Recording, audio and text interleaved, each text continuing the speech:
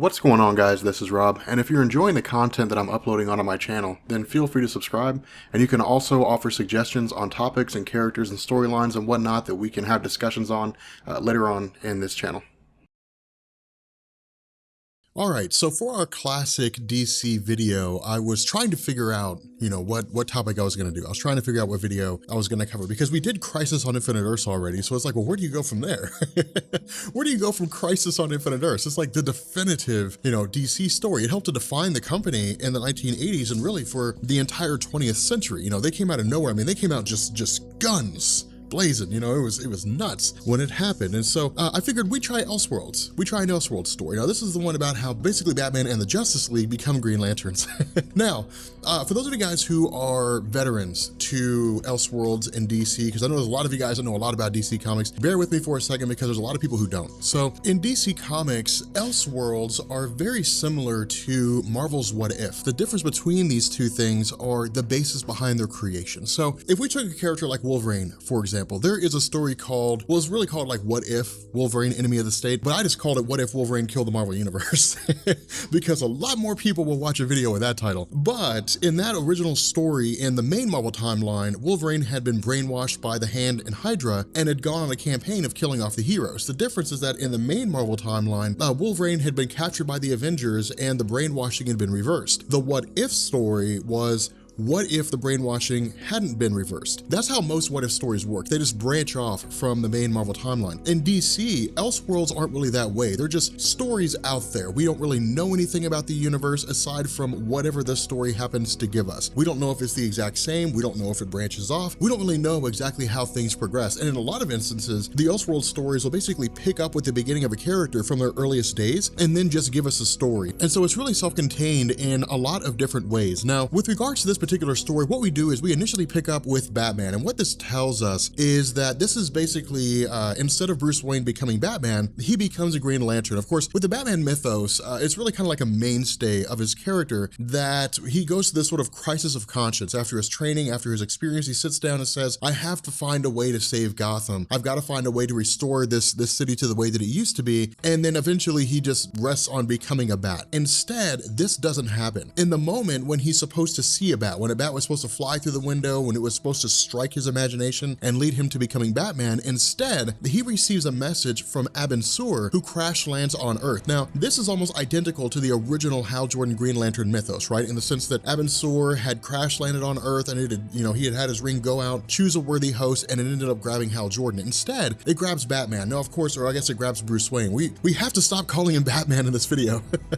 It grabs Bruce Wayne. And so initially it shows him what it is that the ring is capable of. It shows him where he needs to go to find Abin Sur, and it says, here's what you will become if you choose to take this ring, if you choose to be a Green Lantern. And so ultimately we join Bruce Wayne and Alfred as they travel to where Abin Sur is at. And Abin Sur basically says, here's your duty, here's your job. Your job as a Green Lantern is to protect this sector from those individuals who would seek to do it harm. And your job is to guard the entire sector, not just your home planet. And so initially Alfred says, well, hey, maybe we should tell people what's going on. And Batman says no. He says, we're going to give Abin Sur a proper burial, and then we're going to take this ring and we're going to be heroes. Because for Bruce Wayne, this is like the sign, right? This is like the main DC continuity equivalent to him seeing the bat and deciding to become Batman. Instead, he becomes a Green Lantern. Now, of course, we get the Green Lantern oath, and no video featuring the Green Lantern would be complete without the oath. So we're going to do two things here. The first is we're going to run over this. In brightest day and darkest night, no evil shall escape my mind. Let those who worship evil's might beware my power. Green Lantern's light. That's one of the things that I learned from Comic Historian's videos on the Green Lantern is you have to say the oath. You can't leave the oath out. You can't be like, and then he said the Green Lantern oath. Moving on, you can't do that. Now, here's the other thing. Your assignment, those of you in the Rob Corps, is to give us, the Rob Corps, an oath. Post it down in the comments section. Now, I will choose the winner, and the winner gets to decide next week's classic DC video. Having said that, with Batman under, having said that, editor, leave that blip in there. Having said that, with Bruce Wayne taking over the mantle of the Green Lantern, the first thing he does is he encounters the Red Hood. Now again, this is DC telling us, here's the early days of Bruce Wayne, because in virtually all instances of the traditional Batman origin, the Red Hood is the first villain Batman comes across. Now, this is really rooted in, some of it's really pre-Crisis, some of it is in the original Batman, I think Year One story by Frank Miller, but it was really expanded on with the whole Killing Joke by Alan Moore. It really set the stage for like the Red Hood being the definitive element of the Joker, because if you go by the Killing Joke as the origin of the Joker, then that tells us who he was before he became Joker. And so this is really just kind of like a classic instance of the Batman mythos. You'll find the Red Hood somewhere in every single origin story of Batman ever since the Red Hood became a concept in DC Comics. Instead of Bruce Wayne, of course, showing up here as Batman and facing off against Red Hood, he shows up, which is actually pretty cool, in a cape and cowl with a Green Lantern uniform. Now, to be honest with you guys, this actually looks pretty badass. But the other half of this is that it seems as though this prevents the entire Joker situation from happening, because keep in mind, the Joker came into existence because of the conflict between himself and Batman, in the sense that this unnamed man ultimately got into a conflict with Bruce, and Bruce knocked him, or I guess he fell into the chemical vat by accident, and then became the Joker. That doesn't happen here. Instead, because he has the power of the Green Lantern, he just rounds him up.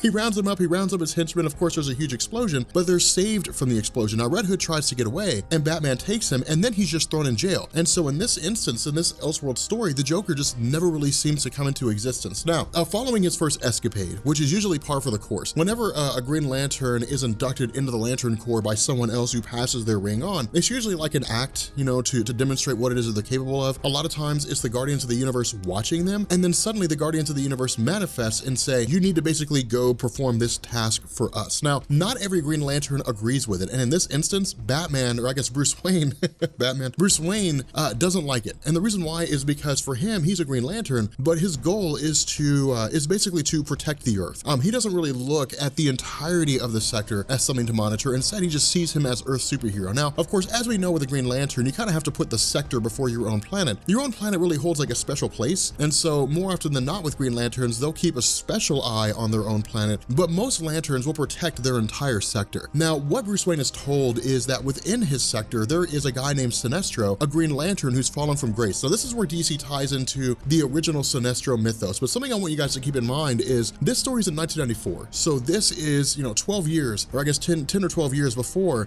Jeff Johns starts his Green Lantern mythos. And so we don't have all the history of Sinestro that we have right now. There are no entities when it comes to the Lantern rings. Parallax is not an actual entity. Instead, there's still the concept of the weakness to the color yellow for whatever reason. It's still the idea that Sinestro just decided to become a villainous dictator of his planet instead of the retcon that we've seen recently, where he took over Kugar in a dictatorial fashion because he wanted to make sure his daughter grew up in a reasonable environment. And so, of course, Bruce Wayne immediately sets off, at the request of the Guardians, and comes face to face with Sinestro. Now, again, Sinestro's no joke here, but remember, this is Bruce Wayne, this is not Hal Jordan. And so Bruce Wayne has intelligence, he has guile, he has combat tactics, he's very capable in his abilities. And so he's really very much like an assassin with a Green Lantern ring going against Sinestro. And so this fight isn't necessarily one-sided so much as it's pretty even, just because of the fact that Bruce Wayne has the combat prowess and the wherewithal to go toe-to-toe with Sinestro. Now, the reason why this really strikes Bruce Wayne, strikes a chord with him, is because in his mind, he sees very much of Joe Chill in Sinestro, and that'll actually become a pretty significant point of the story in the sense of mind melding and so on and so forth. But the idea is that in Bruce Wayne, the way he sees things, Joe Chill killed his parents because Joe Chill was looking to solve a particular issue. He was a man on hard times, and he just ended up shooting Bruce Wayne's parents because they had what Joe Chill wanted at that particular moment. In this instance, he sees Sinestro as a guy who's just become mad with power, and Sinestro wants to maintain that power regardless of who gets hurt in the process. And so Batman's, or I guess Bruce Wayne's initial thought is, I'm not gonna worry about whether or not we call him Batman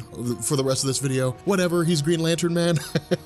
We're just gonna call him Batman. So Batman makes a call and says, okay, look, this guy needs to come down as fast as possible. Now, here's the ironic thing about this, is once he defeats Sinestro, once he turns Sinestro's offenses against him and takes him out, the people within the planet Kugar turn on Batman and say, why did you do this? Like, why did you take him out? He was our provider. Yes, he did some pretty unsavory things, but he gave us everything we needed to survive. He was the guy that kept us going. And they look to Bruce Wayne as the person that will take them back to the life that they're used to. Now, this raises some very important philosophical questions in terms of the life of people and how they perceive their own bondage as something they would willingly embrace for the sake of having a simple life. It doesn't mean they're right or wrong. It simply just means these are the kind of people that Bruce Wayne's running into as the Green Lantern. Now, of course, while this happens, another woman steps up and says, why would you do this? Like, you've been removed from the yoke of oppression under the rule of Sinestro, and now you want to go back? She's like, no, do not do that. You know, you have freedom here. You have the ability to carve out your own niche in the world, to make your own way, go live your own lives. In response to this, Batman says, okay, these guys are gonna need guidance, right? I mean, they're gonna need direction. They're gonna need someone to show them the right way to live so they don't devolve back into a dictatorial leadership or anything like that. And so he makes this woman a Green Lantern, and we learn this woman's name is Katma Tui. Now, I may be mispronouncing that last name.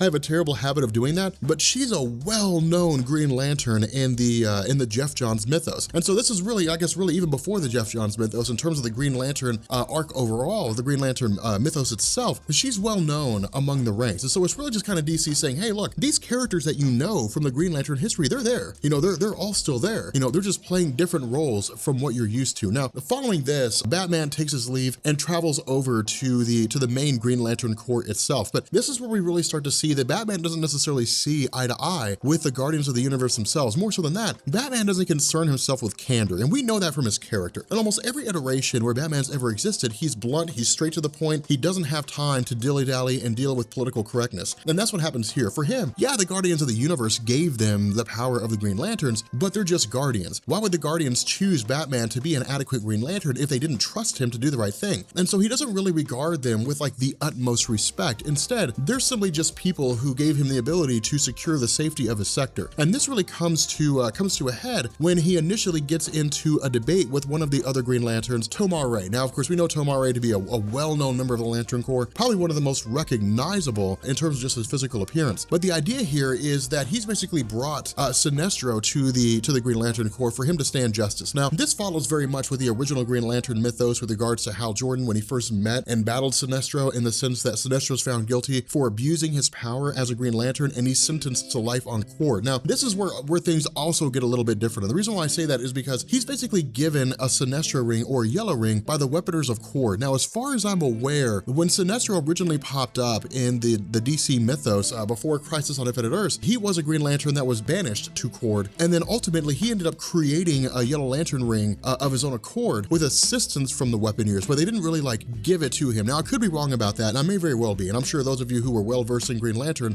can probably correct me on that. But the fact remains here that after defeating Sinestro, we basically follow Bruce Wayne when he goes back to Gotham. Now, this shows us our first introduction to Commissioner Gordon, and this is a big deal. This is actually a huge deal. And the reason why is because when Batman first showed up, Commissioner Gordon didn't fully trust him. I mean, Commissioner Gordon was really, I wouldn't say he's a guy that walks, the straight and narrow, but he was certainly a guy that had ethics. He was a guy that wouldn't really involve himself in criminal elements. But when he sees Batman, or when he sees, Bruce Wayne with a lantern ring, of course, not knowing his identity of Bruce Wayne, Commissioner Gordon's initial response is, this guy just has way too much power. Now, the way that he says that, or the way he reveals this, is during his time on Earth, Bruce Wayne has basically, stopped crime, or stopped a huge element of crime in Gotham City, but he's done it through fear. He's done it through criminals being afraid of the power that he has, as opposed to almost any other means that he uses. Now, the kicker with this is that he does the exact same thing as Batman. As Batman in the main DC continuity, he inspires fear in people. That's his thing. That's his shtick. When we were talking about Nightwing and the Rise of Raptor story arc, we had talked about how the difference between Raptor and Batman was that Raptor thought it wasn't just enough to scare people, you had to be willing to kill them as well. Now, where Bruce Wayne uses fear as Batman, the difference here is that Batman is very much powerless in terms of having godlike abilities. Batman's nowhere near on the level of Green Lantern, Superman, in terms of sheer abilities. Instead, his greatest asset is his mind, and that's what he uses to topple a multitude of different opponents. I mean, he's also got like an insane amount of money, and he's got all kinds of cool gadgets. But the idea here is that Bruce Wayne, being a superhero, operating as a superhero in Gotham City with so much power as a Green Lantern, has not only instilled fear in criminals, is also instilled fear in Commissioner Gordon. And so, Bruce says, hey, look, I have a favor to ask. I know you don't want to do it, but this is really the first step to Commissioner Gordon understanding what Batman's about with, as a Green Lantern and what his motives are. And he says, I need to know the identity of a man who had killed two people in an alleyway, 20-something years ago. Now, this is where the mixed bag of Joe Chill comes into play. In DC Comics, Joe Chill is universally known as the guy that killed Bruce Wayne's parents. That's the role he's always played. In every single origin story, in every single retcon, Joe Chill appears as the guy that killed the parents of Bruce Wayne. The difference here is that what happens after changes. In this story, he basically, at least it seems like he became a cop. And so the idea is to trace this back and eventually find out who this guy was that shot the parents of Bruce Wayne. Now, from here, we join with the arrival of Sinestro as we traditionally know him with a Yellow Lantern ring, but he actually kills Commissioner Gordon. Now, this is a big deal because now Commissioner Gordon is out of the equation, which means that we basically have a situation whereby the Green Lantern can't rely on the police, because that was always the thing. You know, Batman being able to rely on the police was just as much for his benefit as it was for theirs. He would bring them criminals that they couldn't normally access through, conventional means, and he would be able to stay one up on the criminal element that goes on within Gotham City. But with Sinestro killing Commissioner Gordon, we then switch over to Joe Chill. Now, the arrival of Joe Chill, or I guess, Joe Chill answering the door, comes with the arrival of Sinestro, who's disguised as a younger version of Bruce Wayne. Now, of course, he makes his appearance as the actual Sinestro, but instead of simply just killing Joe Chill, what Sinestro says is he needs to know how it was that Bruce Wayne's parents were killed. Sinestro was already able to put two and two together. He knows that the Green Lantern is Bruce Wayne. What he needs to know is how to get to Bruce Wayne. And so over the course of after killing Commissioner Gordon, he had studied his papers and realized that all this trail really led back to Bruce Wayne becoming the Green Lantern because of his parents' death. And so if someone killed his parents and inspired him to take this kind of an action, then it would be easy to manipulate that. And so that's what Sinestro does. He basically absorbs the mind of Joe Chill, and so now he's got two minds in his own, but he's also able to take this war directly to Batman and presumably use the death of his parents as a means to engage him in conflict. And so that's really what happens. We get this weird sort of battle that takes place over the course of Gotham City, where Batman seems to be able to overcome Sinestro, right? It seems like he's able to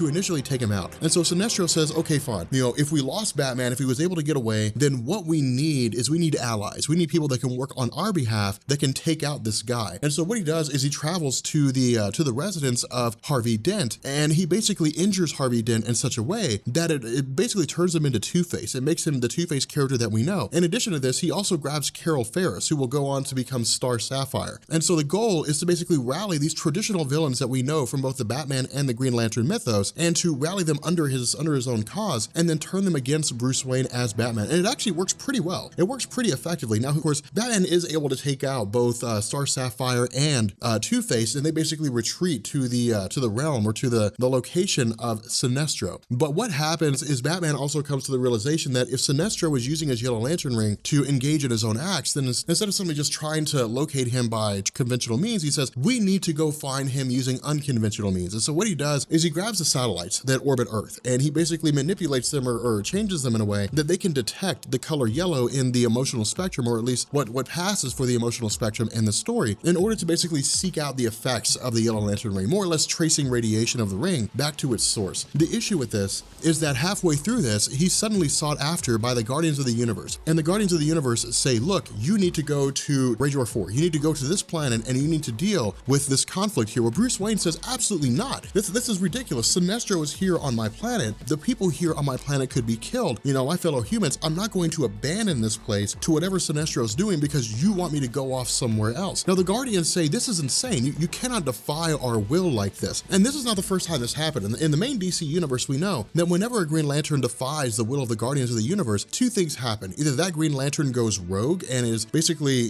excommunicated by the Corps, or they hand over their ring and they give up being a Green Lantern and a new Lantern's chosen in their stead. For Bruce Wayne, he says, look, I'm fighting Sinestro. That's just the way it is. Either you can send people here and take my ring from me, or you can let me do this. And so instead of choosing one or the other, the Guardians of the Universe split the difference. And what they do is they basically seek out the greatest superheroes on Earth at the moment. They seek out Superman. They seek out Wonder Woman, or I guess Hippolyta on Themyscira, and they seek out the Flash, Barry Allen. And they say, we're going to make you Green Lanterns so that you can basically round up and capture Batman once he's defeated Sinestro, or if he's defeated Sinestro. Now, in addition to this, they also have a contingency plan, because really the Green Lantern is kind of like the contingency. They have the Green Lantern Corps that basically, that goes against Bruce Wayne and tries to round him up. The kicker here is that much like Hal Jordan in the traditional Green Lantern mythos, Bruce Wayne's the greatest of their kind. He's the strongest, most capable, most valiant, and that makes sense. Whenever it comes to the Green Lantern mythos, the starring character is always the greatest of them. It wouldn't make any sense to have the Green Lantern mythos revolve around Hal Jordan and Kilowog is the greatest of them. It would make sense that Hal Jordan is the greatest of them because Hal Jordan's the star of the title. Now, granted, this also raises questions with the White Lantern Kyle Rayner.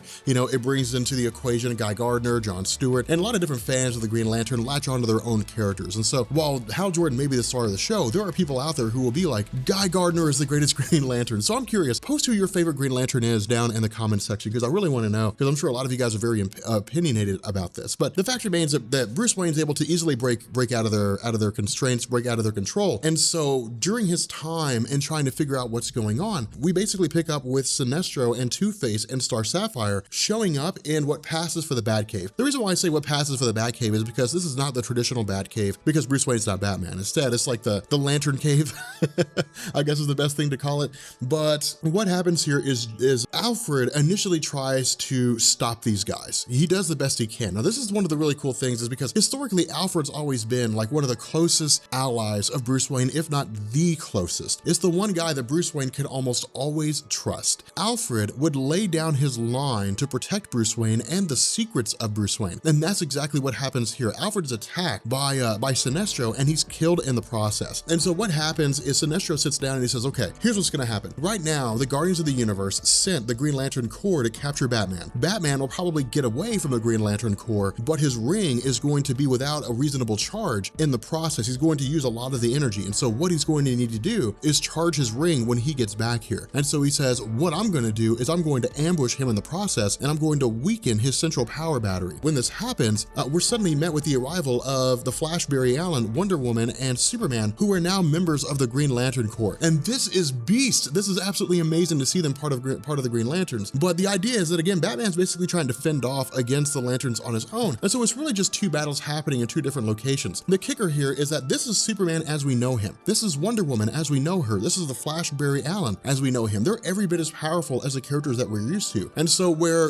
Two-Face has been imbued with these solar powers, with these abilities, of Sinestro in order to fend off against Batman with the Green Lantern ring, and where Star Sapphire is able to hold her own, the idea here is that they really can't stand against Wonder Woman and the Flash and Superman, who were imbued by the powers of the Green Lanterns. And so what happens is they basically just drop the bomb on them. I mean, they show up and they make quick work out of Sinestro, out of Two-Face, and out of Star Sapphire. Now, what also happens here is that this massive explosion, Alfred surviving for a couple seconds and summoning Batman before he actually dies, results in Bruce Wayne suddenly just taking off and running over to the location of where Alfred's at. And so in his final moments, he basically sort of pays his respects as best he can. But by the time Bruce Wayne gets there, Alfred has already passed away. Alfred's already dead. And so for Bruce Wayne, this is an incorruptible offense. This is something that he just cannot let go of. Sinestro has effectively killed everyone that he loves. Now, Sinestro didn't kill the parents of Bruce Wayne, but within Sinestro's mind is Joe Chill. And so to Bruce Wayne, they're one and the same person now. The Joe Chill side killed his parents. The Sinestro side killed Alfred. And so for him, Sinestro's basically killed everyone that he's ever known and loved. And so what he does is he swears a blood vendetta. Now, the story initially comes to an end. It's really not a full-fledged thing. We don't really see what happens in the final event between Batman as the Green Lantern and Sinestro. Instead, what happens is he basically takes off. He says, I'm going to create a grave using my ring for Alfred Pennyworth. I'm going to create a monument of sorts. And with the Flash and Superman and Wonder Woman left behind, they initially say, hey, look, man, like you need to stay here. You have to teach us how to be Green Lanterns. And Batman says no. He says, I'm going after Sinestro. I'm going to find Sinestro. I'm going to kill him. And I'm going, that's what's going to happen.